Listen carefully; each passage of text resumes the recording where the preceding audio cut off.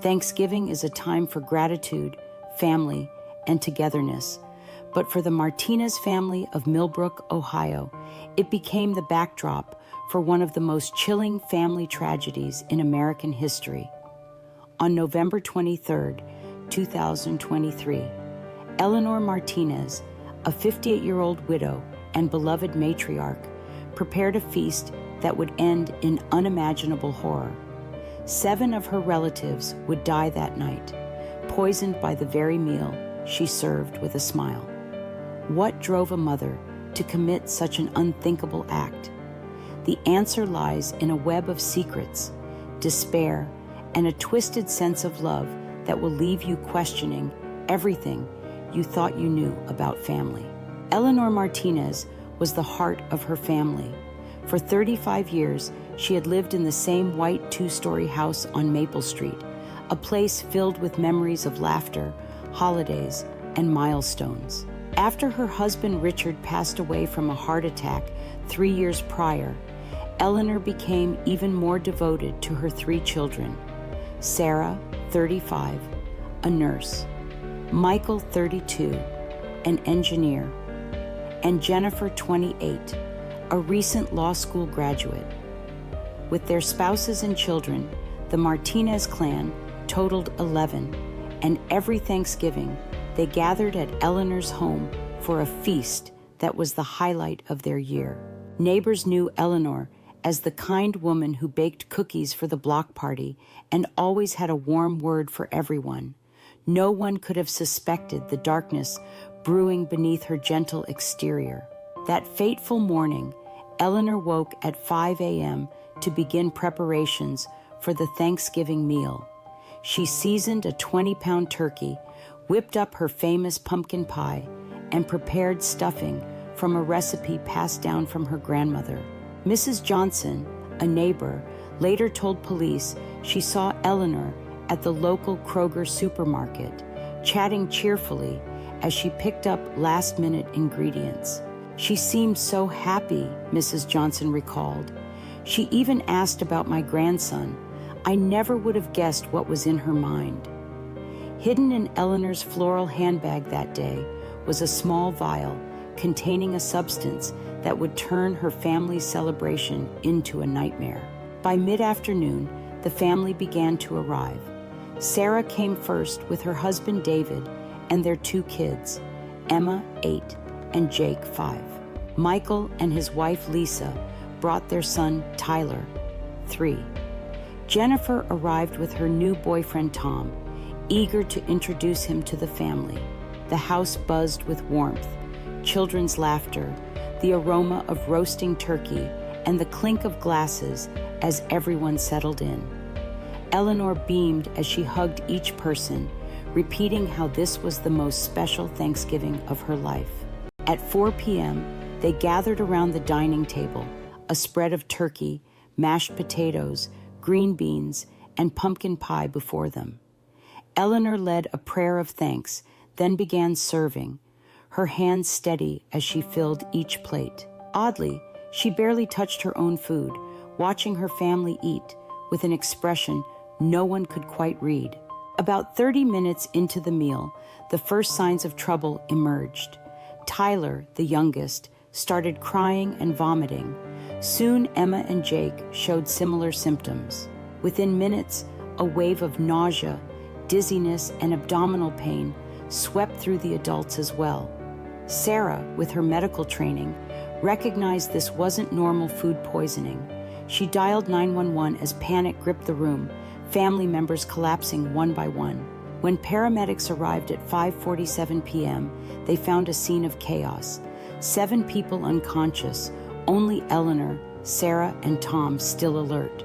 EMT Patricia Williams later described it as one of the most harrowing calls of her 15-year career. It was like walking into a horror movie, she said. And the strangest thing, Eleanor didn't seem sick at all. The victims were rushed to Millbrook General Hospital in critical condition.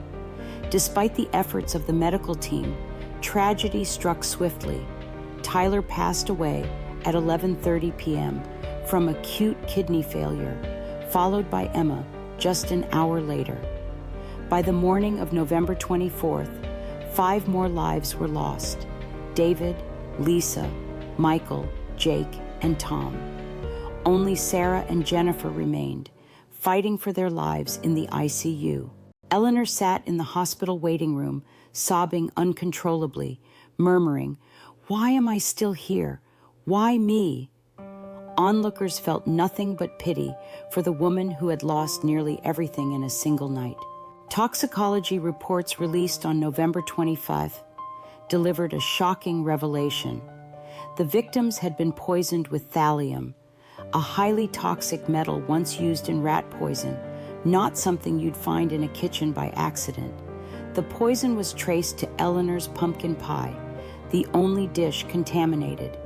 Detective Robert Chen, a 20-year veteran assigned to the case, found this detail baffling. Eleanor had eaten the pie herself and showed no symptoms. How could this be? As police sealed off the Martinez home for a thorough search, questions mounted. The investigation took a darker turn when forensic teams analyzed every inch of the house. They confirmed thallium only in the pie, ruling out accidental contamination. Financial records showed Eleanor had withdrawn $15,000 in cash over the prior 3 months, far exceeding her usual spending. When asked, she claimed it was for home repairs and early Christmas gifts, but no receipts or evidence supported her story. Then came a crucial tip from Mrs. Johnson, who reported seeing Eleanor digging in the backyard at 3 a.m. on the day of the dinner. "I thought she was planting something," Mrs. Johnson said. "Now I'm not so sure." Police excavated the area near an old oak tree behind the house and unearthed a small metal box containing an empty glass vial and rubber gloves, both bearing traces of thallium and Eleanor's fingerprints. Confronted with this evidence, Eleanor's facade crumbled. Tears streaming down her face, she whispered to Detective Chen, "I had to save them. I couldn't let them suffer like I am." Her words hinted at a motive far more complex than anyone had anticipated, rooted in a diagnosis that had shattered her world. Months before the tragedy, Eleanor had been diagnosed with Huntington's disease, a devastating, hereditary condition causing progressive neurological decline. She had kept this secret from her family, fearing they'd worry about inheriting it themselves. Medical records confirmed she'd also accessed Sarah's health files, discovering her eldest daughter was showing early symptoms. In Eleanor's distorted mind, influenced by grief over her late husband's suffering and her own deteriorating mental state, she concluded that death was a kinder fate than the slow agony of Huntington's. She believed she was freeing her family, children and grandchildren alike, from a doomed future. But the story didn't end with her confession. During the trial, which captivated the nation in early 2024, a bombshell dropped. A neurologist from Johns Hopkins, Dr. Elizabeth Harper, reviewed Eleanor's records and found discrepancies. A second genetic test revealed Eleanor did not have Huntington's disease, a catastrophic misdiagnosis due to a lab error. Her entire motive, the belief she was sparing her family from a genetic curse, was based on a lie. The courtroom gasped as this twist unfolded.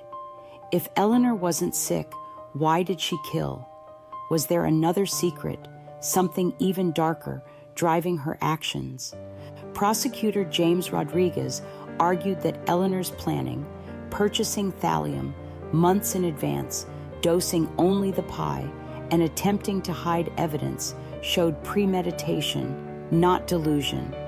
The defense countered that Eleanor genuinely believed the diagnosis, her mental state warped by years of stress and loss.